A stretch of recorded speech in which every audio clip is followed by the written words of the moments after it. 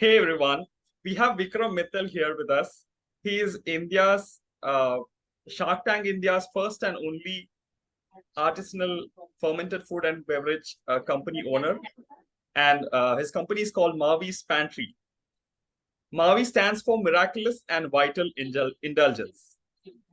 So, welcome Vikram Mittal, and appreciate you joining me in this endeavor. We would like to hear from you your story and how it all started for you. Hi Raghunath, thank you for Yeah. having me. Well, actually, the actual meaning of the name is Mavi is culmination of the names of my wife and my name, Ma, and we Okay, okay, Meenakshi, we call her Mashi, and my name is Vikram. okay, So we came from there. That's why it's called Mavi's Pantry. okay. Of course, we had Interesting. to find something a little more interesting in terms of names when it came to sort of registering the company. And Mavi didn't really make sense for anyone. Like people didn't understand what it Oh, was. So right. hence we called it Miraculous and Vital Indulgence because Okay, we thought, well, kombucha is miraculous and right. it is very important for your well-being with B12 and vitamin C and Yeah. gut probiotics and all that.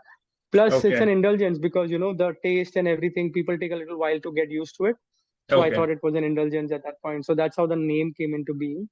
Uh, Interesting. well, the journey really started because I used to be in the merchant navy and I used to travel Okay, quite a bit. And food is the thing that food has been the center of my okay. experiences. And Yeah. when I'm seeking adventures, it's usually around food, people, that sort of stuff. Okay, So got it. when we discovered kombucha in the US at Okay, some friend's place, it was honestly I wasn't really intrigued because but my wife was, and okay. it was something interesting that we didn't have back at home. So we bought it Right. back, and we thought this would make a lot of sense. And then Okay, eventually, at certain point, we realized that it could be a good idea to sell it in the market.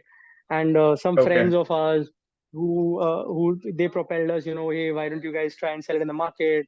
And this would be a good idea, and why don't you explore it? And that's how we sort of did our first farmers market.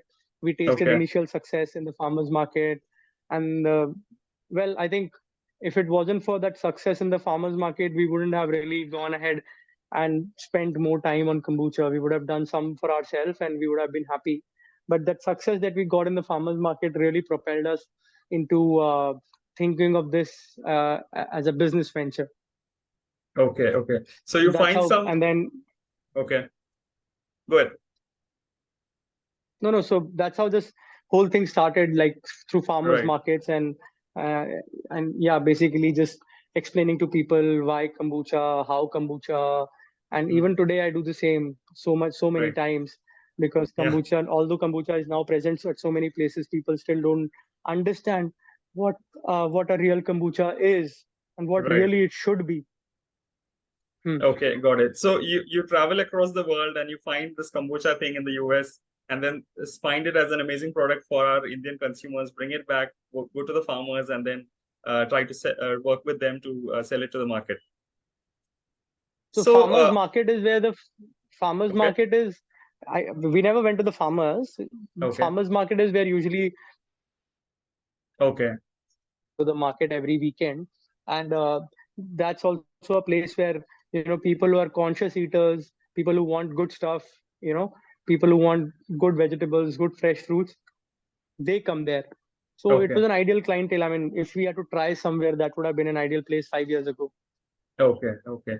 So, how did the manufacturing thing go in India when you saw that this is a product that I think it's based off organic, ingredients. So, how did that manufacturing setup work for you? So anything what we do is organic, but Okay, not everybody who's making kombucha makes organic kombucha, right? okay, People make what they make. It's no there is no dictate which says that you have to make organic kombucha. We okay, at Mavi's choose to do good, healthy. Uh, I mean, best kombucha that we could do, even if it meant that we could not scale up as fast as a lot of other brands could, even if it right, meant that we had to, lose a few clients here and there because our kombucha was not sweet enough. We are okay with that, but not necessarily that everything has to be organic. But we try and do what's right, because if it was for money, I was in merchant navy. I mean, money is not an object. The idea is passion, and if I can't be true to my passion, if I can't be true to the values that I want to bring to my company, then all of this doesn't make sense. So anybody who makes kombucha and puts artificial ingredients and inorganic stuff, and makes it just to sell something which is not really uh, totally natural. Everybody has their own way of doing it. I wouldn't do it. Okay. Amazing. So, can you talk a little bit about how the kombucha thing tastes like for our viewers? So kombucha is supposed to be a slightly vinegary and slightly sweet, lightly sweet. Again, these are very personal opinions, of course.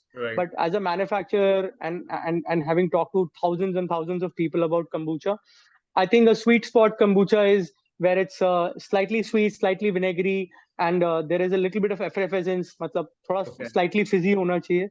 And if these three things are covered, then you're good to go. Essentially, if it's too sweet, then basically it's too much sugar inside, and then it defeats the whole purpose of this kombucha being this amazing healthy beverage.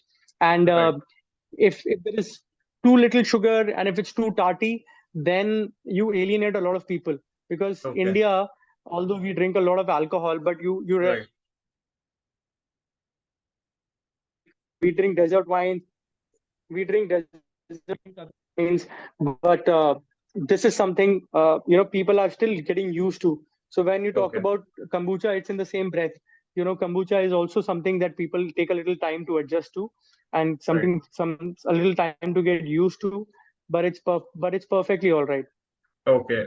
So when you thought about like creating the first setup for manufacturing, did you partner with someone, and how did that chemistry, content, the workout go? Did you work with someone who knew how the ingredients worked out? So here I am a man of science, and I partnered with my wife, who shared the vision of how we wanted to do something really cool and exciting and new. And that's how we started out of our home kitchen. We started making kombucha in our home kitchen 5.5 years ago. And we started selling it at the farmer's market. And that's how it went. We didn't partner with anyone at that point because kombucha was so new that nobody really wanted, nobody really understood or wanted to do anything with it. Of course, we did meet some really cool people on the way. We met Luke Coutinho. He's a very famous nutritionist, lifestyle coach. He was very instrumental in our early days, because validation from people who are established in the market, with whatever they're doing, it really helps you. Also, it moral boost milta, morale boost milta hai, that somebody is doing it, and they also think that this idea has some weight, some weightage, So that's how we.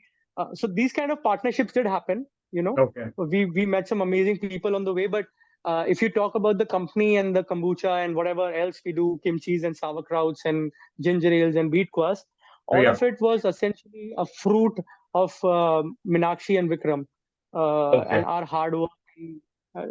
We've done a lot of we've put in a lot of hard work. We bent backwards trying to make this thing work and bring kombucha in India to a space where it is today.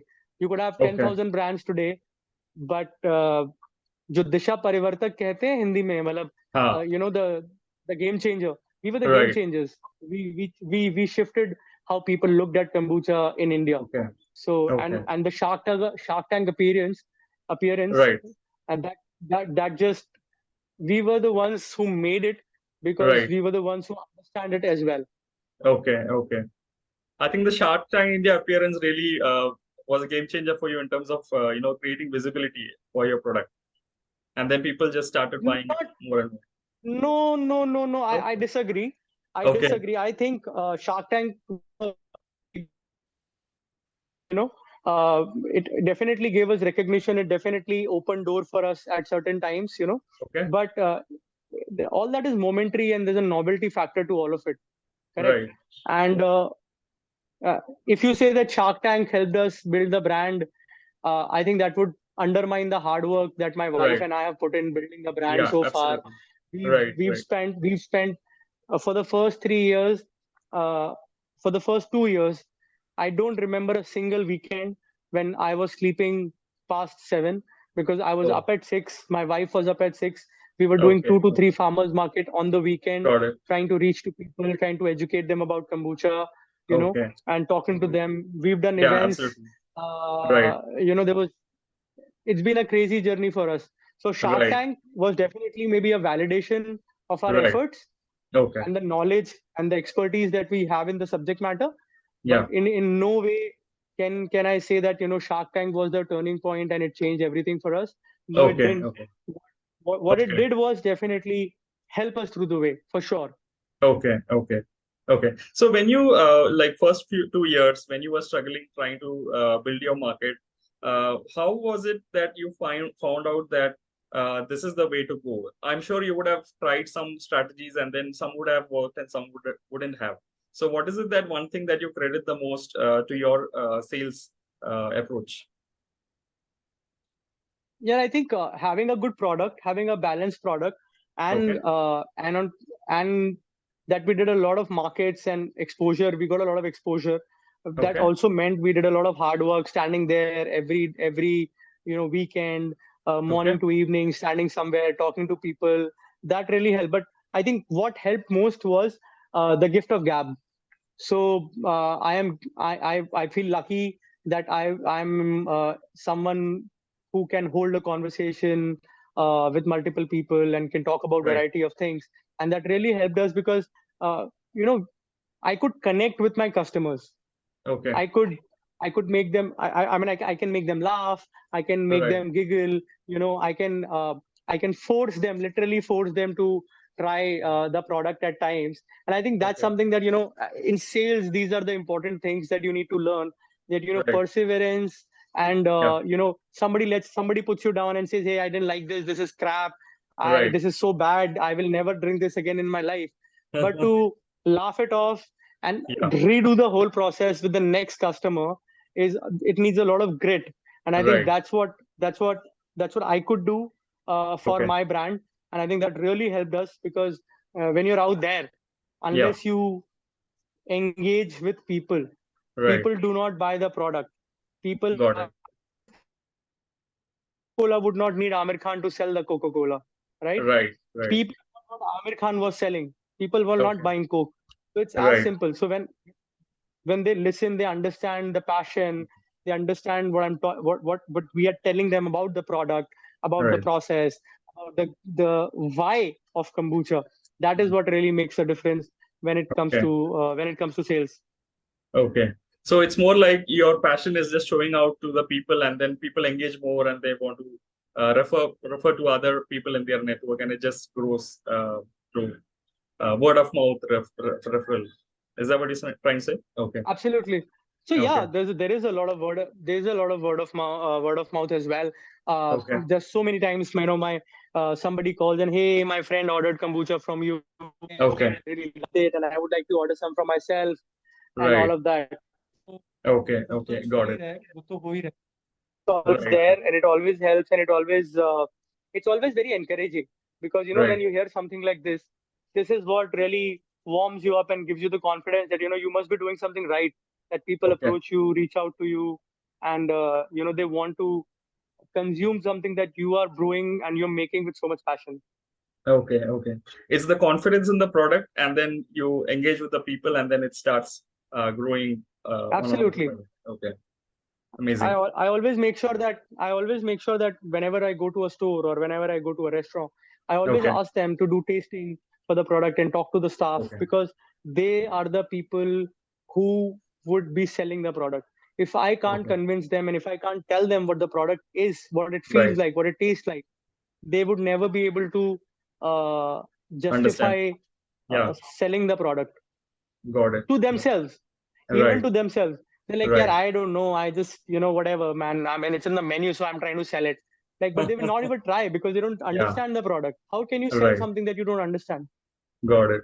Amazing. So first you sell the person and then they sell to other people. So the person itself has to be convinced before they start selling it to others. They can sell, but Yeah. they will sell well and they will sell Right. better if they understand what they're trying to sell. Got it. Got it. Yeah. Otherwise, they will get stumped by very, very small, simple, basic questions. Right. Is there sugar? Like, Huh. 1 second. Okay. So they would simply, very, very simply, uh, they would just blank out, right? Because they would not understand why and what of it. Got But it. if you tell them that, these some basic questions that people have about any product, and especially about kombucha, that would make their life Right. so much easier, and that would make my life way much easier as well. Yeah. Yeah. Amazing. Thank you so much, Vikram. It's been absolute delight listening to you and understanding the power of networking and also building a product that stands out in the market. So thank you You're so much welcome. for your time. Thank you so much.